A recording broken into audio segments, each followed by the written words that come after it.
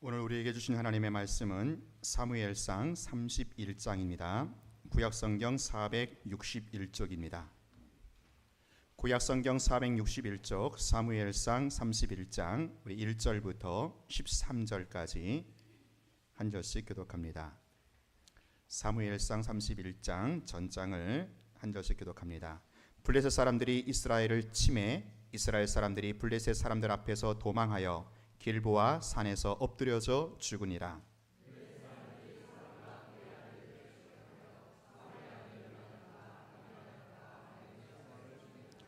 사울이 패전함에 활 쏘는 자가 따라잡으니 사울이 그 활 쏘는 자에게 중상을 입은지라.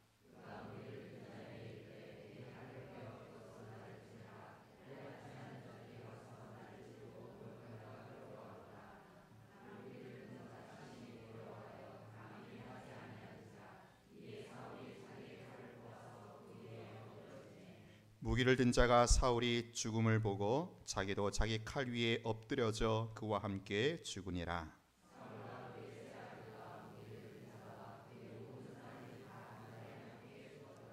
골짜기 저쪽에 있는 이스라엘 사람과 요단 건너쪽에 있는 자들이 이스라엘 사람들이 도망한 것과 사울과 그의 아들들이 죽었음을 보고 성읍들을 버리고 도망하매 블레셋 사람들이 이르러 거기에서 사니라.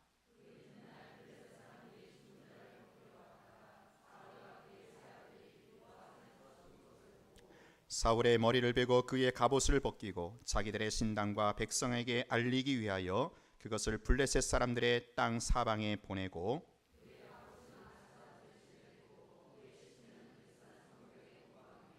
길르앗 야베스 주민들이 블레셋 사람들이 사울에게 행한 일을 듣고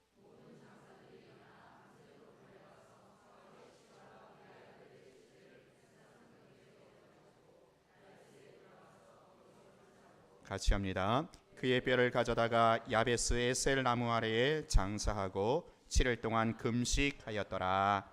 아멘. 오늘 주보에 나와 있는 설교 제목이 무슨 영화나 드라마 제목 같기도 합니다. 질투와 절망 그리고 긍휼입니다. 아닌 게 아니라 오늘 본문은 어떤 대하 드라마의 그 마지막 회 같기도 합니다. 이스라엘의 초대왕 사울의 최후를 보여주고 있는데요. 여러분 예전에 그 태조 왕건이라는 그런 사극을 기억하시는지 모르겠어요. 제 또래면 참 그 당시에 재밌게 봤던 걸로 기억이 나는데요.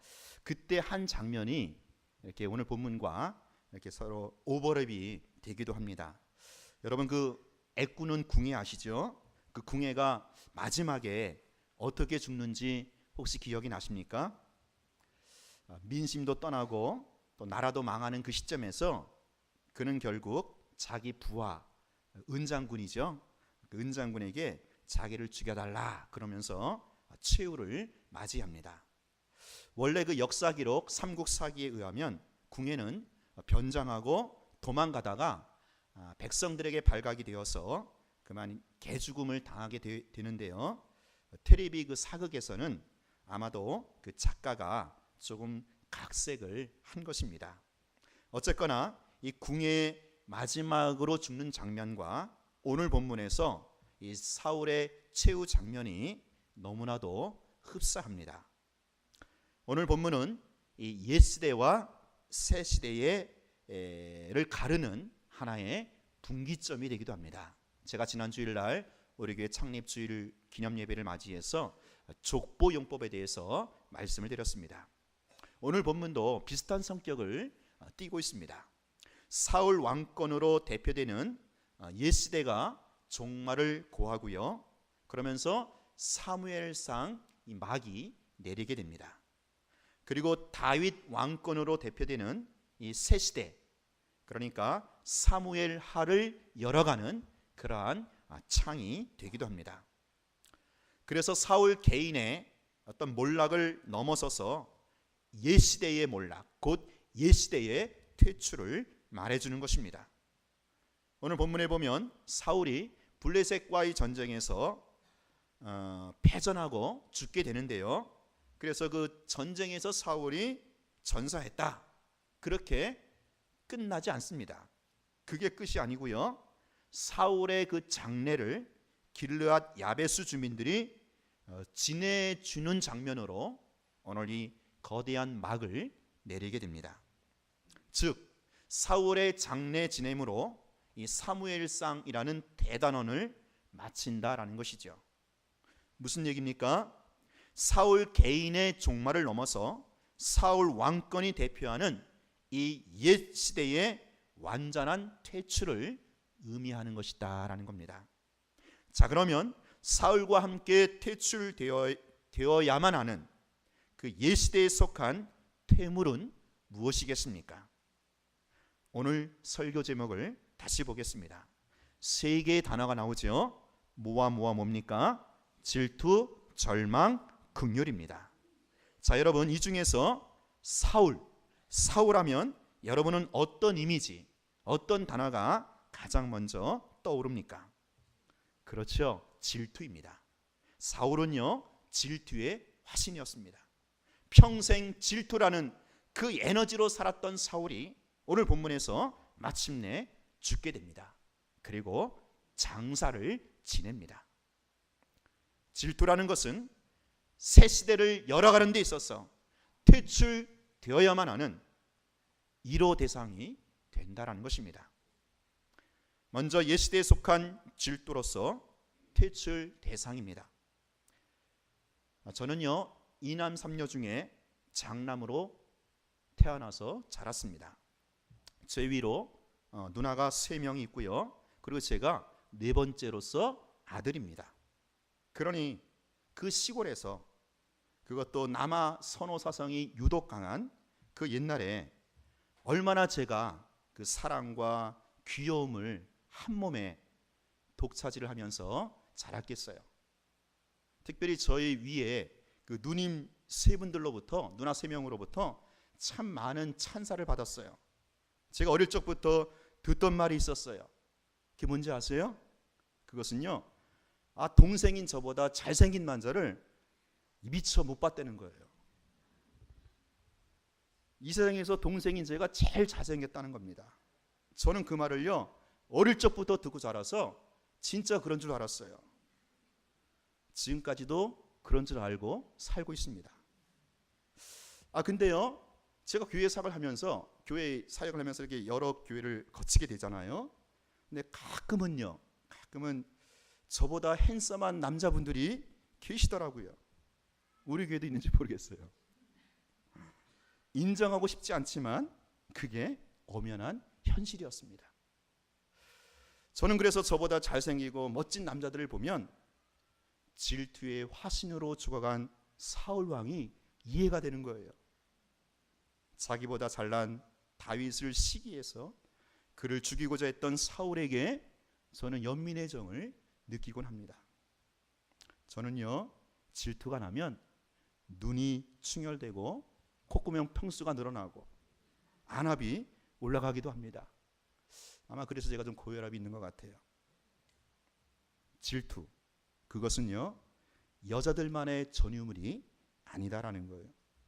모든 사람들에게 들어있는 보편적인 근성이 아닌지 모르겠어요. 어떤 의미에서 본다면 사울은요, 굉장히 불쌍한 왕이었어요. 이스라엘의 초대 왕으로서 그에게는 샘플이나 롤 모델이 없었어요. 그래서 제대로 왕노릇 하기가 힘들었을 겁니다. 이러한 사울은요, 이 권력과 인기라는 것이 얼마나 부질없고 허무한지를 모르는 채 너무 성급하게 왕위에 올라갔습니다. 어느 날 농부로 있다가 어떨결에 왕이 되었고요. 그래서 권력과 인기를 한 손에 쥐게 되었습니다. 모든 백성들의 그 시선을 한 몸에 받는 그런 자리에 있게 됨으로써 자신도 주체할 수 없는 그 권력과 인기의 노예가 되고 말았던 것입니다. 이렇게 권력과 인기의 노예가 되고 있다라는 그 징표가 바로 질투라는 것입니다. 이 권력과 인기라는 것은 마약과도 같아서요, 독점권이 있습니다. 다른 사람들과 나눠 먹기를 허락하지 않습니다. 근데 어느 날 다윗이라는 젊은 애가 깜짝 등장하지 않는 거예요. 등장하지 않겠어요? 골리앗을 때려 눕힌 그 민족의 영웅으로 백성들의 전면에 서게 됩니다. 사람들의 시선이 다윗에게 주목하는 것을 사울은 용납할 수가 없었던 겁니다. 그때부터 사울의 질투는 다윗을 어쨌든 죽이려고 하는, 다윗을 제거하려고 전전긍긍하면서 참으로 불쌍하기 짝이 없는 그런 인생을 살게 했던 것입니다. 분명히 현실은 다윗이 왕입니다. 사울이 왕입니다. 그럼에도 질투로 눈이 뒤집힌 사울은 자기가 왕임에도 불구하고 그 왕권을 누리지 못하고 아직 왕위에 오르지 아니한 그 다윗의 뒷꽁무니만을 따라야 했던 그런 남의 인생을 살았다라는 것입니다. 여러분, 질투에 눈이 멀면 자기 인생을 살지 못하는 법입니다. 하나님이 나에게만 주신 그 고유한 영역과 나에게만 주신 탤런트가 있는데도 질투하는 사람은요, 괜히 남하고 비교해서 남을 부러워하면서, 그러면서 속상해하면서 자기 인생을 살지를 못하는 겁니다. 참으로 불행한 인생이 아닐 수 없습니다. 여러분, 사울은 사울이고요, 다윗은 다윗입니다. 이 둘이 비교하거나 경쟁 상대가 아닌 것입니다. 하나님의 형상으로 지음받은 인간은 누구나가 고유한 자기 인생으로 살아가는 것입니다. 내 개성대로, 내 인격대로 살아가는 것입니다. 평생을 질투의 화신으로 살았던 사울은 그의 최후에서도 한 단면을 잘 보여주고 있습니다. 4절입니다. 우리 4절 한번 읽어볼까요? 시작. 그가 무기를 든 자에게 이르되 내 힘을 빼어 그것으로 나를 따르라. 나를 맞지 아니한 자를 모욕할까 두려워하노라. 끝까지. 자, 사울이 두려워하는 것이 무엇입니까? 모욕당하는 것입니다. 자기의 명예가, 자기의 이름이 더럽혀지는 것이, 그것이 지금 두렵다라는 거예요. 그래서 그가 선택한 길은 결국 자결이었습니다. 마치 야쿠자 비슷하지요? 스스로의 생명을 끊음으로써 그는 두려움을 모면하고자 했던 것입니다. 사랑하는 여러분, 하나님의 형상으로 지음받은 우리는 대리 통치자입니다. 진짜 왕은 창조주 하나님 그분이십니다. 아마도 사울은 이 부분에서 실패했던 것입니다. 자기가 진짜 왕인 줄 알았던, 그렇게 사울은 착각을 했던 모양입니다. 그러나 하나님이 창조주시여 하나님이 왕이심을 인정하는 사람은 다른 사람들의 평가와 시선에 대해서는 자유한 자로 살아가는 것입니다. 자기 이름이 아닌 하나님의 영광과 하나님의 명예가 혹시라도 실추되지는 않을까, 그러한 차원에서 창조의 목적에 부합한 인생으로 살아가게 된다라는 것입니다. 사랑하는 여러분, 예수님이 왕으로 통치하는 인생은 어떻습니까? 진정으로 예수님이 그 안에 계신 사람은요, 굉장히 예민해지면서 또한 상대적으로 무디어지는 것이 있습니다. 사람들의 필요, 저 사람에게 꼭 필요한 것이 무엇일까, 여기에 대해서는 굉장히 예민해지고요, 동시에 다른 사람들의 시선과 평가에 대해서, 다른 사람이 나를 어떻게 볼 것인가, 이 부분에 있어서는 무디어지게 되어 있습니다. 여러분은 어떻습니까? 무엇에 예민하고 무엇에 무디게 살아가고 있습니까? 오늘 여러분을 움직이게 하는 그 힘, 그 에너지는 무엇입니까? 사람들의 시선과 평가로 인한 자기 이름, 자기 명예를 지키기에 급급하다면 그 사람은 참으로 피곤한 인생을 살아갈 것입니다. 나보다 잘나고 뛰어난 사람을 내가 질투하는 것으로만 살아간다면 참으로 불행한 인생을 살게 되는 것입니다. 사랑하는 여러분, 우리는요, 예수님과 함께 새로운 시대를 열어가는 그런 자들로 부르심을 입었습니다. 이 질투라는 것, 이것은 새 시대에 어울리지 않는, 유행이 지나도 한참 지난 그런 퇴물인 것입니다. 여러분의 정체성에 대해서 속지 마십시오. 오늘 우리는 하나님의 형상대로 지음받은 대리 통치자입니다. 내가 왕이 아닙니다. 진짜 왕이신 하나님의 왕권을 인정하는 그 성도는 다른 사람과 비교되는 내가 아닌 바로 절대자이신 그분의 시선 앞에서만 살아가는 존재다라는 것입니다. 그분이 나에게 주신 이 고유한 영역과 나에게만 주신 이 달란트를 가지고 창조적인 인생으로, 자유한 인생으로 여러분 살아가시기를 축원합니다.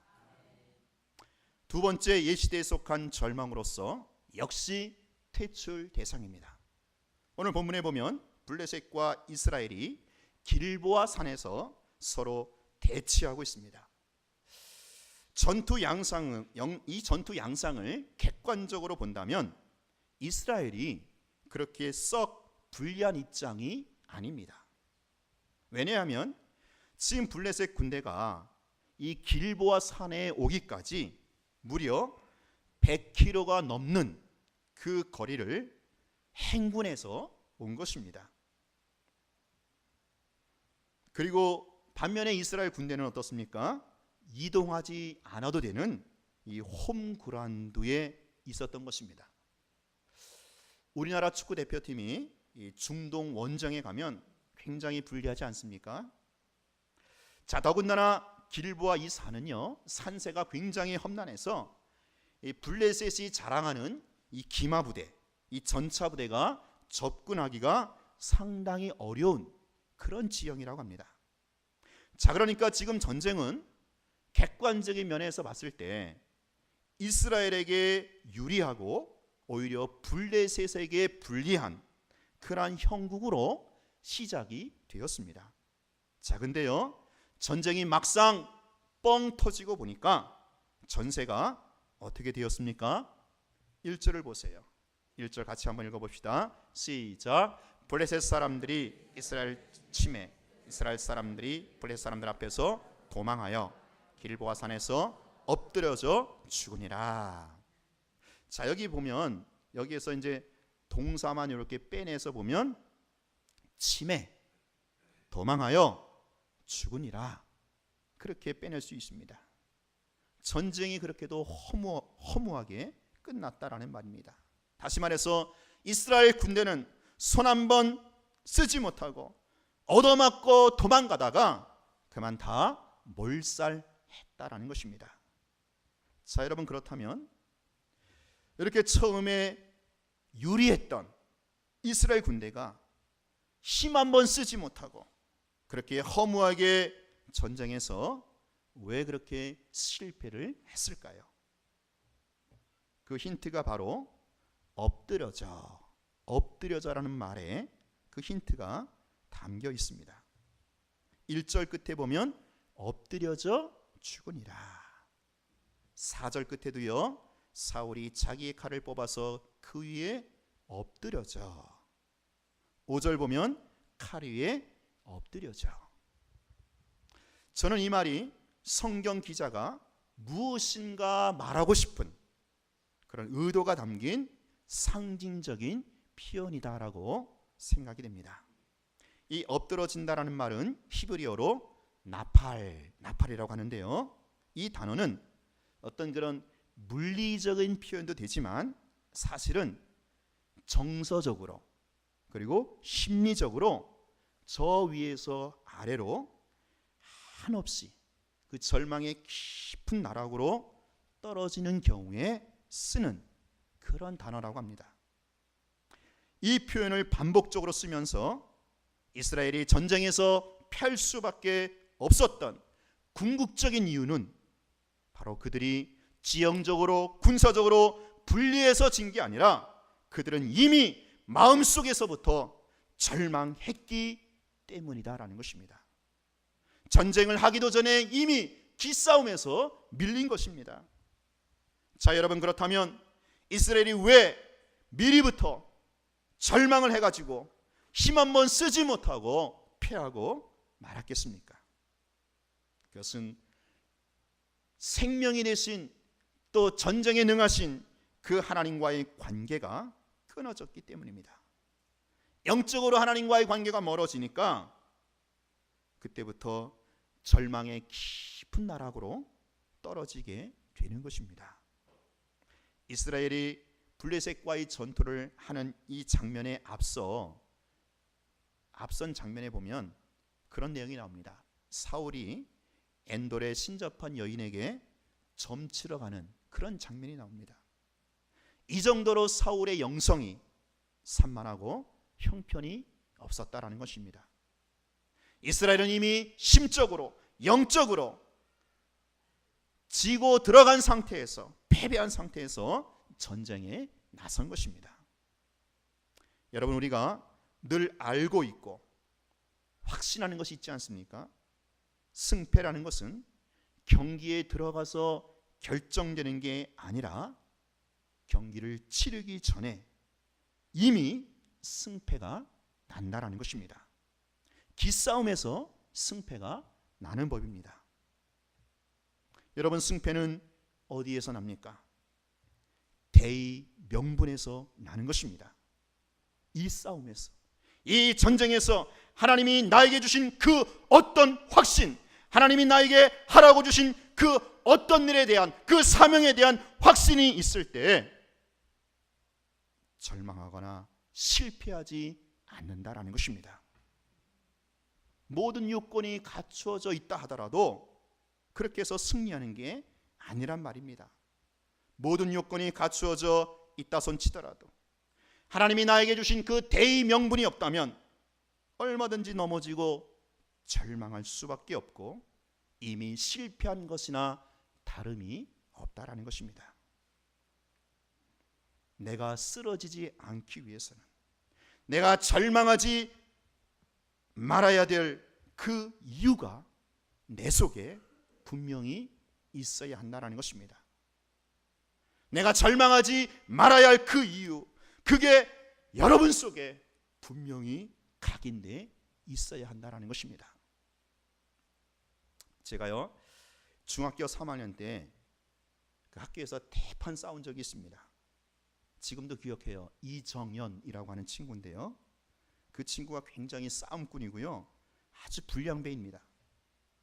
그냥 이유 없이 학우들 괴롭히고, 특별히 다른 학생들이 그 도시락 좋은 반찬을 싸우면 매번 그 쉬는 시간에 혹은 체육 시간에 들어와서 그 반찬을 다 훔쳐먹는 거예요. 제가 주로 타깃이 되었습니다. 왜냐하면 그 당시 저희 집이 슈퍼를 하고 있었어요. 그러니 우리 엄마가 얼마나 좋은 반찬 싸줬겠어요. 오뎅 덴뿌라, 계란 그 무침 후라이, 그거를 꼭 싸주셨는데 어떻게 싸주십니까? 도시락 밑에 깔아주는 거예요. 근데 그 못된 인간이 그것까지 훔쳐먹는 거예요. 들쳐가지고. 그래서 하루는 제가 참 얌전하잖아요. 순둥이였거든요. 그 당시에도. 제가 도저히 못 참겠는 거예요. 그래서 싸움꾼 그 친구와 대판 한번 싸웠습니다. 거의 다윗과 골리앗의 싸움이었죠. 근데 여러분, 이 싸움이 어떻게 되었는지 아세요? 비겼습니다. 저나 그 친구나 서로가 그냥 정신없이 치고 박았는데 결국에는 그 주위에서 친구들이 말리는 바람에 그래서 비기고 말았어요. 여러분, 힘도 없고 싸움도 못하는 제가요, 어떻게 그 싸움꾼, 그 불량배 같은 친구가 대들어서 비격기게요. 제가 그 친구 팔뚝을 물고 늘어졌거든요. 그때는요, 제가 내가 이 싸움에서 이길 수 있다고 하는, 아니 이겨야만 한다고 하는 그 확신이 있었어요. 이상한 오기, 이상한 그 힘이 속에서 발동하는 거예요. 왜요? 저에게는 바로 대의명분이라는 것이 있었습니다. 저 악당, 맨날 약하고 힘없는 자를 괴롭히는, 나쁜 짓만 골라하는 저놈의 악당을 내가 반드시 처단하리라. 나도 더 이상 이렇게 당할 수는 없느니라. 그래서 형편도 힘도 없는 제가 그런 대의 명분이 있으니까 그 싸움에서 끝까지 물고 늘어질 수밖에 없었다라는 거예요. 그래서 비겼습니다. 사울에게는요, 지금 전쟁에 나갈 그 대의 명분이 없었어요. 그게 문제였어요. 하나님이 주신 대의 명분. 자, 여러분, 다음에 나오는 사무엘하서 그 왕으로 등극한 다윗과 얼마나 대조가 됩니까? 다윗은요, 전쟁에 나갈 때마다 하나님, 내가 어떻게 할까요? 내가 어떻게 이 싸움을 싸우면 할까요? 하나님으로부터 싸워야 할 대의 명분을 얻었던 것입니다.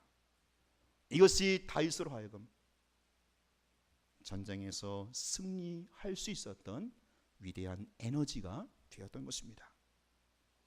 여러분, 오늘 우리에게도 이것이 있어야 합니다. 내가 오늘 한날을 살아갈 때, 오늘 아침에, 오늘 새벽에 눈을 떠면서 오늘 하루를 살아갈 때 하나님으로부터 주어지는 그 대의 명분, 이것이 필요하다라는 것입니다. 그것이 있어야 내가 절망하지 않을 수가 있어요. 나의 현재 객관적인 현실과 환경, 여건은 충분히 절망할 수밖에 없는 그런 상황이라 할지라도 하나님이 나에게 주신 그 대의 명분, 내 속에 내가 여기 이 자리에 반드시 있어야만 하고요, 그리고 그 자리를 지켜야만 하는 그런 확신, 그런 확신의 대의 명분이 있다면 그 사람은 반드시 승리하게 되는 싸움을 싸울 수가 있다라는 겁니다. 여기 이 자리에, 지금 이 자리에 내가 반드시 있어야 되고 절망하지 말아야 할 그 사명과 그 이유가 내 속에 확인되는 순간 우리는 절대로 낙심하지 않고 마침내 승리하게 될 줄로 믿습니다. 하나님이 나에게 주신 그 확신을 오늘도 확인하고 그거 붙드시고 여러분 새로운 시대를 열어가시는 그런 은혜가 있기를 축원합니다. 마지막으로 새 시대를 열어가는 에너지로서 긍휼입니다. 자, 블레셋 사람들이 자기들의 승리를 확인하는 차원에서 사울 왕의 시체와 그의 아들들의 시체를 찾아서 참수를 합니다. 목을 베서 사방으로 돌리며 전시를 합니다. 일종의 세레모니를 하는 것입니다.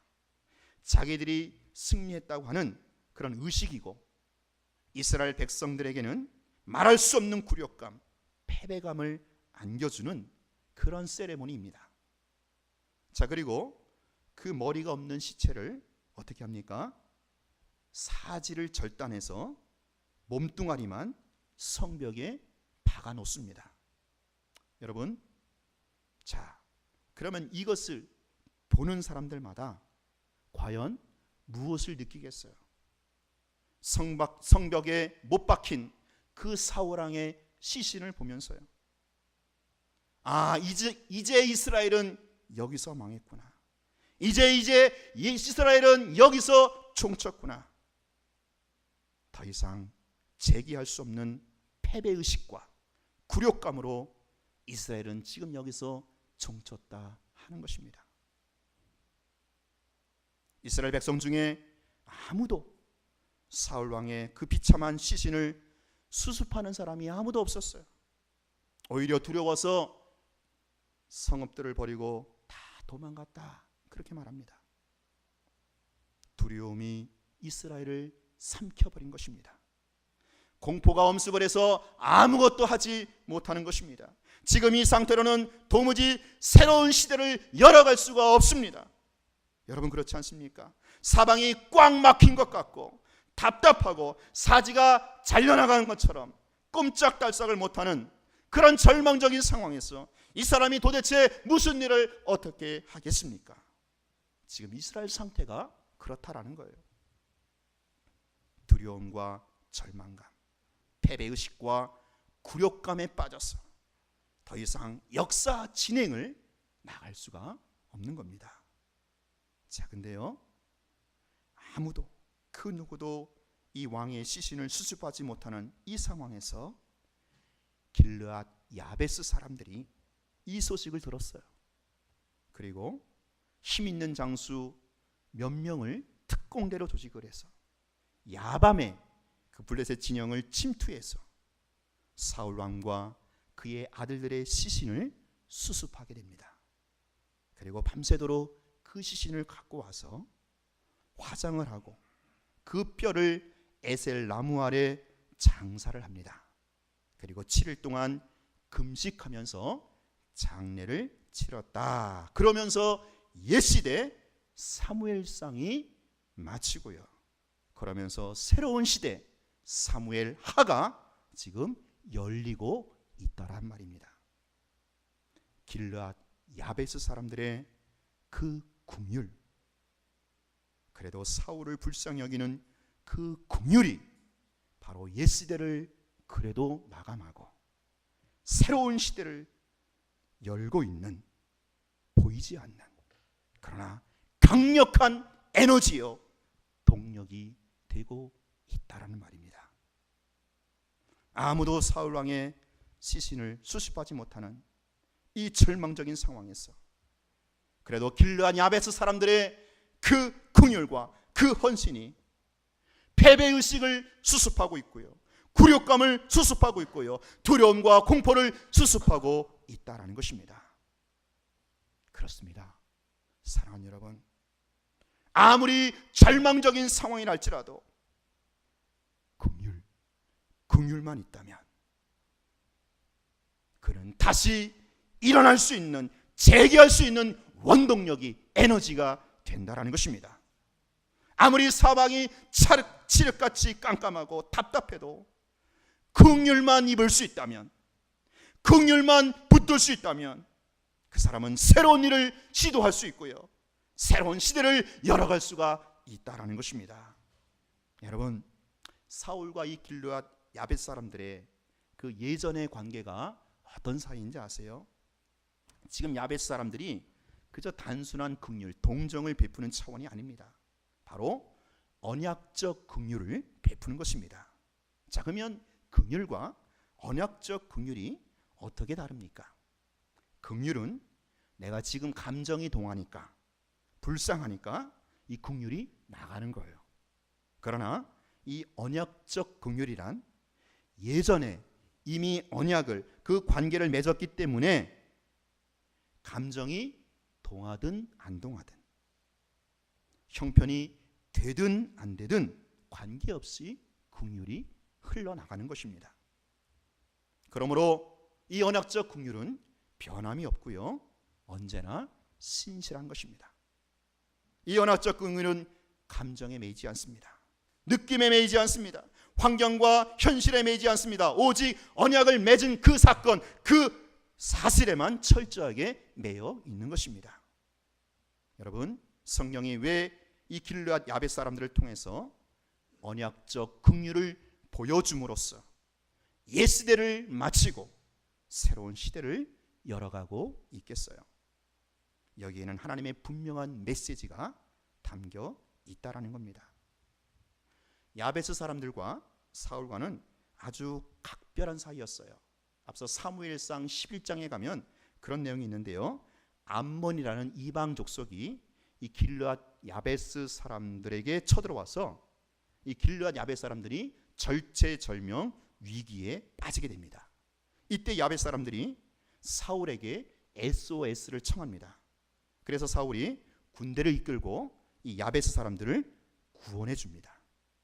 이를 계기로 해서 야베스 사람들을 중심으로 해서 이 길갈이라는 곳에 모여 사울을 이스라엘 그 초대 왕으로 이렇게 등극시키는 대관식을 갖게 됩니다. 자, 그러니까 사울은 야베스 사람들에게 구원자 역할을 한 것입니다. 그리고 야베스 사람들은 사울에게 그 왕권을 형성하게 된 그런 역할을 하게 된 것입니다. 서로가 서로에게 그 어떤 언약적 관계를 맺게 된 것입니다. 그리고 이제는 이 길르앗 야베스 사람들이 예전에 맺은 그 언약을 기억하면서 그 언약에 충실함으로 긍휼을 베풀고 있다라는 겁니다. 그냥 단순한 긍휼이 아니고 언약적인 긍휼입니다. 언약을 맺은 아주 각별한 관계에서만 흘러나갈 수 있는, 통용될 수 있는 그런 긍휼이다라는 거예요. 여러분, 성경이 왜 이 사건을 보여주고 있습니까? 비참하고 그 비극적인 그 사건의 말미에서 사울의 시신을 수습하고 장사 지내는 이 사건이 보여주는 메시지가 무엇일까요? 하나님께서는 이 길르앗 사람들을 통해서 당신의 그 언약적 신실함을 우리에게 보여주고자 하신다라는 겁니다. 그리고 그 언약적 긍휼만이 바로 새로운 시대를 열어가는 유일한 소망이요, 능력이요, 에너지가 된다라는 것입니다. 여러분, 우리가요 어떤 일을 당했을지라도, 우리의 삶 속에 어떤 곤고함과 궁핍함이 있을지라도 오늘 우리를 향하신 그 하나님의 그 언약적 관계는 끝까지 포기되지 아니하고 신실하다라는 것입니다. 우리를 향하신 여호와 하나님의 그 언약적 긍휼은 여전히 우리의 형편에 상관없이 여전히 지금도 유효하게 흐르고 있다라는 사실입니다. 요즘 제가요 목회 현장에서 정말 뼈저리게 고백하는 바가 있어요. 정말로 내가 목회할 수 있는 이 힘은, 새로운 시대를 열어갈 수 있는 힘은요, 우리 인생에 있어서 또다시 새롭게 시작할 수 있는 이 힘은요, 우리 가정과 우리 교회를 새롭게 일으킬 수 있는 이 힘은요, 다른 게 아니더라고요. 오직 긍휼입니다. 긍휼. 하나님이 우리를 불쌍히 여겨주심, 그 하나님의 긍휼하심만이 우리가 새로운 지평을 열어가는 데 있어서 유일한 에너지요, 힘이요, 원동력이 된다는 것입니다. 사랑하는 성도 여러분, 이제 본격적으로 새봄이 시작되었습니다. 우리 겨우내 움츠렸던 그 영성의 기지개를 켜십시다. 먼저 옛시대에 속한 퇴물, 질투와 절망을 몰아내십시오. 그게 여러분의 옷이 아닙니다. 하나님의 형상으로 지음받은 오늘 우리 시대에 입을 수 있는 그런 패션이 아니다라는 거예요. 이제 우리는 예수님과 함께, 진짜 왕이신 그 예수님과 함께 새로운 시대를 열어가고 있는 것입니다. 오직 하나님의 긍휼하심을 구함으로 시작하시기 바랍니다. 하나님의 긍휼만이 이 질투와 절망이라고 하는 옛 태물을 딛고 일어서게 할 수 있다라는 것입니다. 주여, 이제 우리 교회와 우리 가정을 불쌍히 여겨 주옵소서. 한량없는 긍휼을 변함없이 베풀어 주시옵소서. 우리가 그 긍휼을 힘입어 다시 한번 이 새봄에 새롭게 분연히 일어나겠습니다. 기도하겠습니다. 이 시간 함께 기도할 때, 하나님, 내가 옛시대의 꿈을 이 질투와 절망에 속지 않게 하여 주옵소서. 내가 하나님의 형상으로 지음받은 예수 그리스도 안에서 새로운 시대를 열어가는 정체성을 확인할 수 있게 하여 주시고, 오직 하나님의 긍휼을 입은 자로서, 그 긍휼을 힘입은 자로서 새로운 시대를 열어갈 수 있는 이 새봄이 되게 하여 주옵소서. 우리 다 같이 주여 한번 외쳐 부르고 합심하여 기도하겠습니다. 주여! 하나님 아버지, 그렇습니다. 아버지 하나님이여, 이제 겨우내 움츠렸던 아버지 하나님의 이렇게 영성의 기지개를 펴게 하여 주옵소서. 주여, 우리가 새롭게 일어나게 하여 주옵소서. 세범에 새롭게 불현이 일어나게 하여 주옵소서. 더 이상 옛시대에 속한 아버지의 질투와 절망에 아버지여 속지 않게 하여 주옵소서. 그 템을 차리게 된 아버지 옛 모습에 우리가 속지 않게 하여 주옵소서. 주여, 주여, 우리가 하나님의 궁유를 입은 자로서 다시 한번 주의 궁유를 붙들고 주의 궁유를 믿고 아버지여 새로운 시대, 이 절망과 질투의 아버지여 구시대를 딛고 일어서게 하여 주시옵소서. 새로운 시대를 열어갈 수 있는 자를 되게 하여 주옵소서. 주여 축복하여 주옵소서. 아버지 그렇습니다. 하나님 아버지, 만물이 파릇파릇 새롭게 시작되는 새봄이 되었습니다. 이 새벽에 이 새봄의 즈음에 오늘 우리도 만왕의 왕이시고 진짜 왕이신 예수님과 함께 새로운 인생 살아가기를 원합니다. 이젠 더 이상 옛시대에 속한 질투와 절망에 속지 않게 하여 주옵소서. 이미 퇴물 처리된 그 질투와 절망을 분명히 몰아내게 하여 주시고 하나님의 궁율만이 나를 지배하시고 통치하여 주옵소서. 주의 궁율만 힘입어서 새로운 역사를 창조해 나가는 우리 교회, 우리 가정이 되게 하여 주시옵소서. 예수님 이름으로 기도하옵나이다. 아멘. 찬송가